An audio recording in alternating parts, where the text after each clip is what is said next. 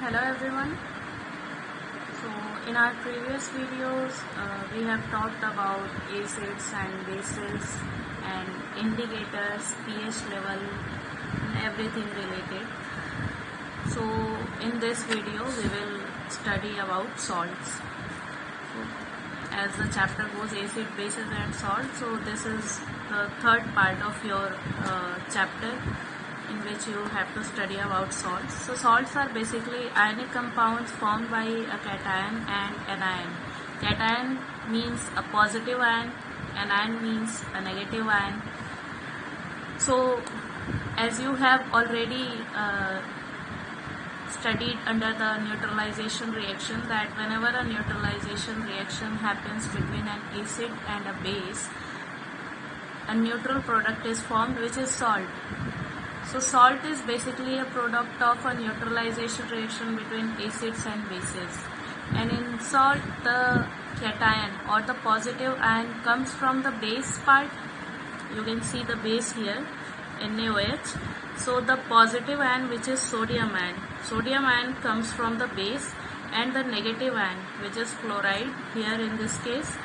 So chloride comes from the acid.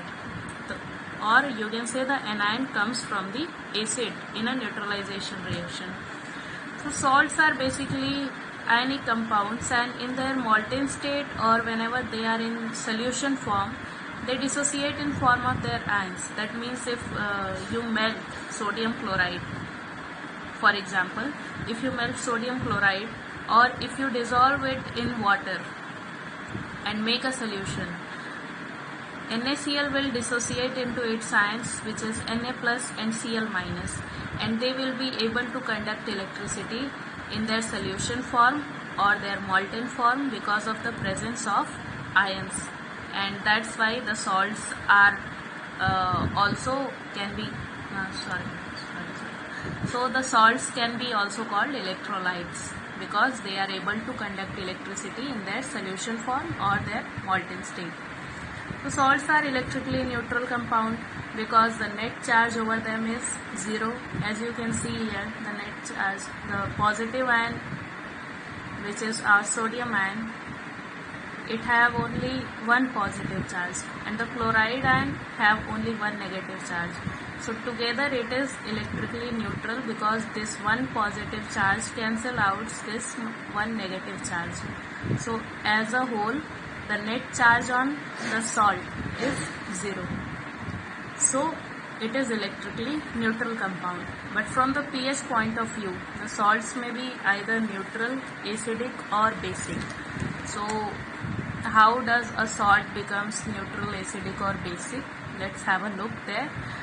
So first we will talk about neutral salts. Neutral salts are products of strong acid and strong base. So whenever a neutralization reaction happens between a strong acid and a strong base, what are strong acid and strong bases we have already discussed in the videos which you saw earlier or in the online classes.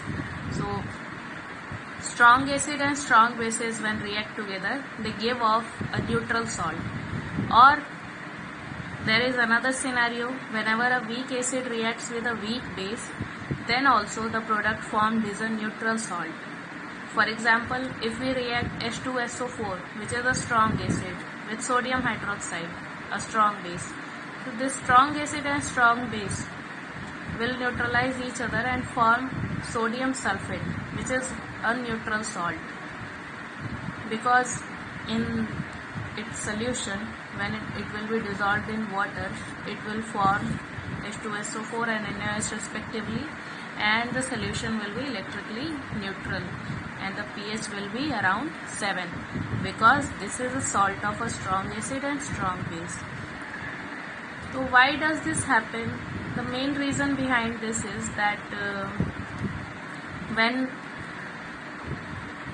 the salt is of a strong acid and strong base, they give off equal amounts of H plus ion and OH minus ions into their solution, and because of that these salts are neutral in pH. That means if you test the pH level of their solution, you will find it near neutral because of the equal amount of H plus ions and OH minus ion. These are present in equal amounts, and because of that these salt solutions have a pH of around 7. Next is our acidic salt. So what happens in the case of acidic salt? That acidic salts are those salts which are formed by the neutralization or combination of a strong acid and a weak base. Whenever a strong acid reacts with a weak base, the salt form will be an acidic salt. For example, here our strong acid is hydrochloric acid and our weak base is ammonium hydroxide. So this strong acid and this weak base, which is ammonium hydroxide, will react together to form a salt, ammonium chloride, and this ammonium chloride will be an acidic salt. Why does that happen? Because when NH4Cl is added to water, or when it is dissolved in water, it forms NH4OH and HCl, which is a mixture of a weak base and a strong acid, and because of that the hydrogen ion concentration in the solution is in increased amount, and because hydrogen ion concentration of this salt solution will be high, the pH of the salt will be more on acidic side. That means its pH will be slightly lower than 7. So this will be known as an acidic salt, NH4Cl. So in case of basic salt, the basic salts are products of a weak acid and a strong base.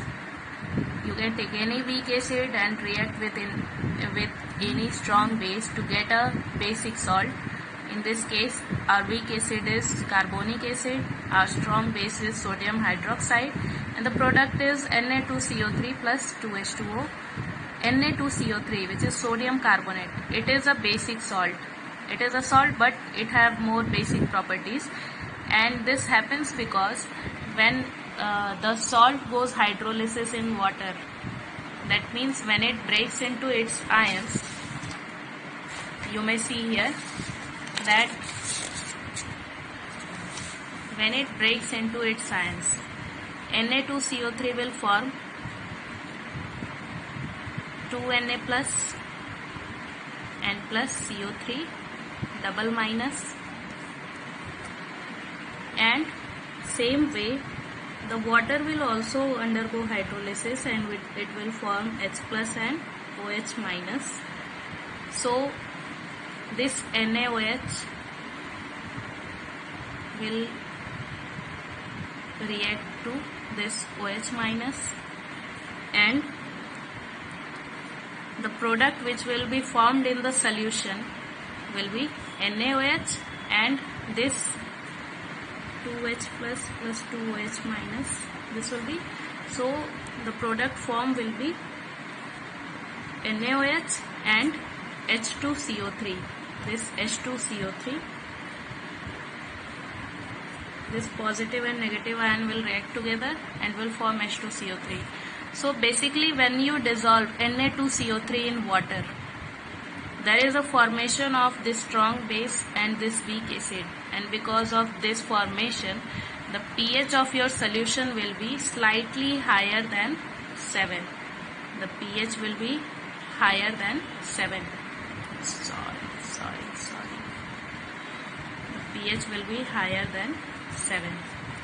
Okay, so that's how the concept of acidic salts, basic salts and neutral salt works. Next is our topic, which is family of salts. So what is a family of salt? Salts having the same positive ion or negative ion are said to belong to same family. That means if you are taking 4 or 5 salts together, and if all of them have same positive ion or same negative ion, then they will said to be belong to that family. For example, sodium family salts. So you can take example of any salt which have sodium ion as a cation. For example, Na2SO4, NaCl, Na2CO3, NaHCO3.